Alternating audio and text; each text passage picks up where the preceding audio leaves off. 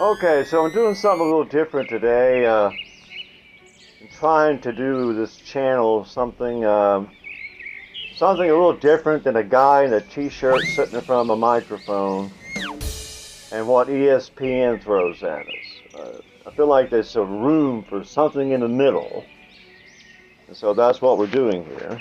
So we don't have ESPN tools. We don't have VIP access to coaches who wouldn't tell you anything anyway. We're just fans. That's what I am. I'm just a guy that's watched Georgia football for a very long time. And I suddenly realized that it could be a lot better even here. But as Georgia has become pretty much the gold standard, the game has fallen apart. So that's what we're talking about today. Thinking about Georgia. They got the best team. They should win them all. That doesn't mean they're going to, because it's, like I said, it's Vince McMahon, it's television, it's entertainment. And Georgia isn't the most entertaining team. Watching Georgia win every game easily isn't good for the ratings. You can see efforts to possibly keep one team from being dominant. That was a Pete Rozelle model back in the 70s, a parody of college football. But we're not heading to parody, we're heading to parody, two different words.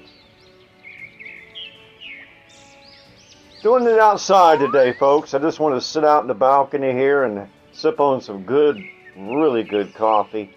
Hope you're enjoying your Sunday morning. And this is not one of those kind of shows where I do a lot of editing and it doesn't sound good. I apologize. I'm out here in the balcony. Birds are singing and the wind's blowing. And I don't really care how the audio sounds. I'm not going to doctor it, so I apologize if it's not up to your standards that you might be used to on YouTube or even what we attempt to do here. But I did want to talk about college football because I think about it a lot. Even during the off season, I'm sitting here in the same morning in February wondering what Georgia needs to do and this, that, and the other. And it's just the college football as an entity is something I enjoy keeping up with. One of the last sports left that I do care about.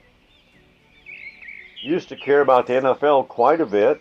NBA quite a bit, college basketball quite a bit, but those sports just became irrelevant I didn't care anymore. It's not that I just got mad and I just couldn't make myself keep up with it. Baseball has gone the same route, but college football is the last form they got left.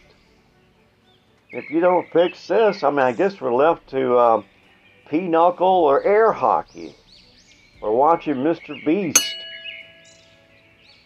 Come on, we have to protect our entities. College football is a special game, and we've allowed it, it's been allowed to deteriorate.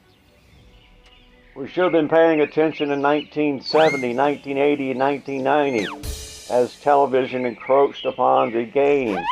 But they did it slow enough that we thought it was an improvement. It became a part of our lifestyle to sit on the couch and watch football for 6 hours or more on Saturday. I watch it a lot more than that sometimes. Sometimes I literally spend the whole day watching football. But I can't do it anymore. I just can't watch these games. I tried to watch the Kentucky South Carolina game because it looked like the only game that was really going to be interesting. And that was hard to watch. It was hard to watch. South Carolina blew them out 31-6, but they didn't look like they were blowing anybody out. Kentucky couldn't do anything. So by default, South Carolina looked good. Texas and Michigan. Michigan looked a lot like Kentucky to me. And Kentucky looked a lot like Clemson against Georgia. And just seeing a lot of teams that you could tell there's nothing going to happen. They're not good football teams. And I don't think it's going to be a good football season, no matter how much they'll spin it. And that's what I'm really sick of, is the spin. All we're going to hear all week is how good Texas is. Nobody knows. That game didn't tell us anything. When Texas plays Georgia, it won't tell us anything. Because Georgia's got a history of not always trying too hard when it matters. Because, possibly, it's not good for business. Who knows? But I don't go and watch college football for business. I don't make money off anything related to it. I spend money. It's recreation. And I'm tired of my favorite recreation being all about business.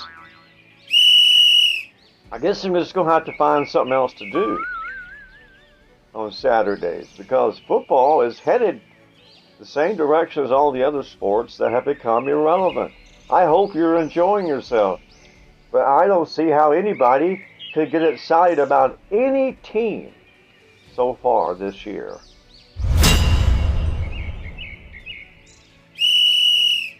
So, who looked good? Who looked bad? I watched a lot of college football on Saturday, as always.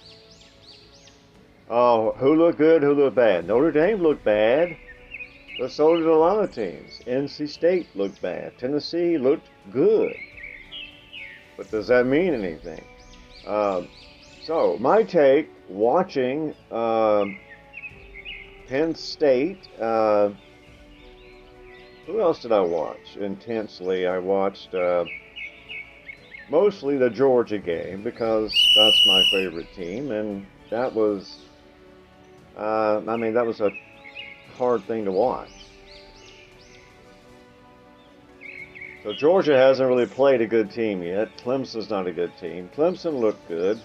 Trying to think of who looked really good. Oklahoma did not look good. Texas looked good, but what was the filter that we're viewing them from? Is Michigan any good? I'd say Michigan might be more like Clemson than Michigan last year. So I think Clemson has no real chance to make anything happen, and I don't think Michigan's going to do very much. So is that game telling us anything? Texas didn't look particularly impressive to me, except they made some big plays. Now, was that just because of matchups and Michigan had a lot to do with it? Could be. Alabama scored a lot of points in the fourth quarter, but looked bad most of the game. The point I'm making is we're starting to see that there aren't any good teams. Nobody looked good, but it's the second week. Sometimes at least one team looks sharp on opening day, and they look good all year. What I think we're seeing is the fruit of all the mistakes made. Mistakes. That's my call. All the developments of college football that's been compounded the last 3 years, 4 or 5 years.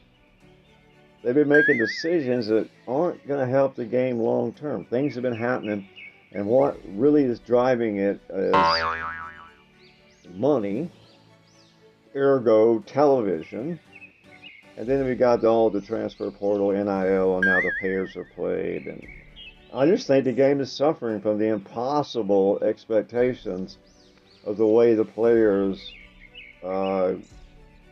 get to teams. The distribution of player process for the college football is not going to be sustainable for an interesting league.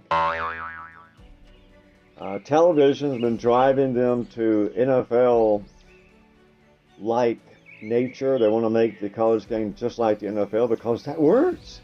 That's how dumb these people are. They copy what has worked, even though what they're copying also is flawed and doesn't have a future, but it works. Do it that way. Let's turn college football into a mini NFL. And what we have is become the WEF. Where's Vince McMahon?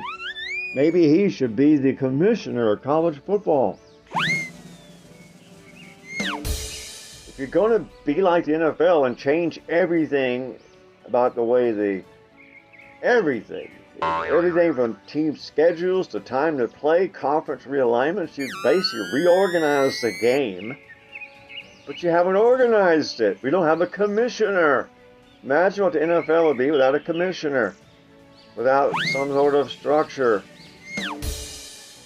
salary caps. You can't be somewhat like the NFL without being all the way, and college football is headed that way organizationally. It's quite obvious. But what we're seeing as a product on the field is much closer to what college basketball is. Every team is a hodgepodge. There aren't any real good teams. There never will be. The best teams, they still won't be good teams. The chemistry. Too many teams, too many new faces. They may be more talented, but they're new faces in college football or any kind of football. That's not going to work. So here we are, a beautiful Sunday morning. September the 8th. Georgia played yesterday. So we've had 2 weeks of college football, and there's nothing better than to sit out and drink that morning coffee on Sunday morning after a great Georgia win. Football has a lot to do with how much we enjoy this time of year. It goes hand in hand. But my observations from college football at this point is that college football at this point, 2 weeks in, it's like I've seen a lot of bad football teams. One of the worst I saw was Kentucky yesterday. I really was shocked that Kentucky was so feeble against South Carolina. I was surprised South Carolina was so competent. My take on Kentucky was they would be a solid football team, and they get a little better every year, and sometimes they have a little something. They got a lot of transfers, and I haven't paid attention to them, but they got a great quarterback from Georgia, and it didn't look like they needed a quarterback because their efforts in the game, no quarterback would have had a chance. Nobody could have made that Kentucky team work, and I don't know what happened, but they had no punch whatsoever. And so it looks like our favorite game has fallen by the wayside. Hopefully not. I don't want to be a gloom and doomer. Just pour another cup of coffee, watch the trees blow, and enjoy the season. Whatever it brings, it's the only one that we're going to have. We can't worry about last season or next season. This season has potential. Maybe I'm overstating the case, but I really am disappointed at this point just in how the teams look. Teams that made drastic roster changes and they're not playing good football. Maybe they'll be playing good by the playoffs, and I sort of think that's what we're looking at. This is like preseason. We've got to endure these teams developing, but maybe somewhere in that sweet spot there'll be some really good football. And that's our only hope, and it's not impossible for that to happen. It could be a fantastic season, but I am greatly dismayed by the outlook for future seasons, no doubt, if they don't arrive at some sort of common sense about the sport. But positive side, 12-team playoff, even though it's been 2 weeks and nobody's looked good. Everybody, just about, except Florida State, Notre Dame, maybe South Carolina, they don't have a chance to make the playoff. But pretty soon, they'll add 24 more, and then 30, and then 40, and then everybody can make the playoff, even when they're 6 and 5. They still got a shot. And that's what college football is all about, giving everybody a shot. And you shot the game.